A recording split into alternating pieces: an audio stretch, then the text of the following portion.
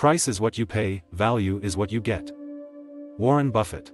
Hi, my name is Andy, and I have over 20 years of experience in business and investing. I've started a new YouTube channel where I've compiled the knowledge of the world's greatest investors. Please support my channel by hitting the like button, and be sure to subscribe, so you get all the new videos. It's very important to me. The topic of today's video is, why saving money is always a bad idea. Enjoy watching.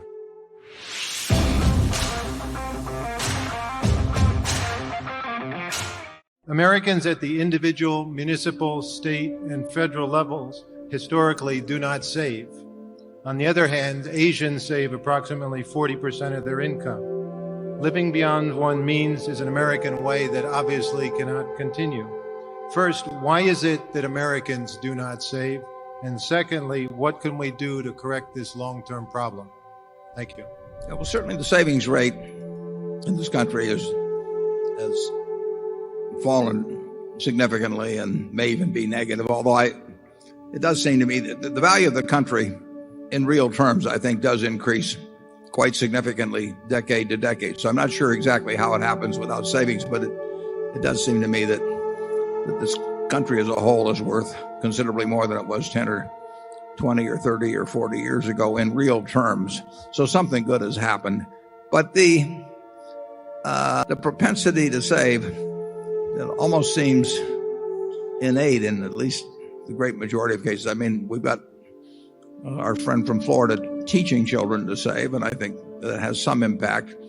And I should have thanked Andy Hayward for that terrific cartoon this morning, and he's got a program that I'm participating in that we think in cartoon form might influence a few younger people towards saving. If you own Berkshire stock, you're automatically saving because we retain earnings, and your indirect interest in those retained earnings is a form of saving. So you can spend every dollar of your income that comes in the other way, and if you own Berkshire, you are net saving, which is a practice I've now been following for 43 years, sometimes in my family's consternation.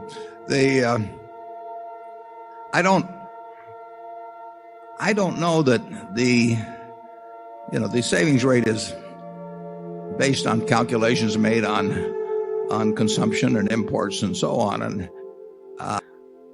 we are importing $700 billion more of goods and services than we're exporting. And that means that somebody else is doing our savings for us, basically, as we export ownership and claims against America. I think that's going to have consequences over time, but we are so rich that it may not be really apparent. I think the average American standard of living is going to improve in real terms, although I think it may be very, very, very disproportionate, the extent to which particularly the super rich benefit compared to those in the middle class. But net, I think the country will be, even with our present policies, in net real terms, the value on a per capita basis of the country will increase from decade to decade, but nothing like it will in places like China or Korea, percentage-wise, where the savings rate is very high. This country may not save very much because it may not need to save very much. We have $47,000 of GDP per capita.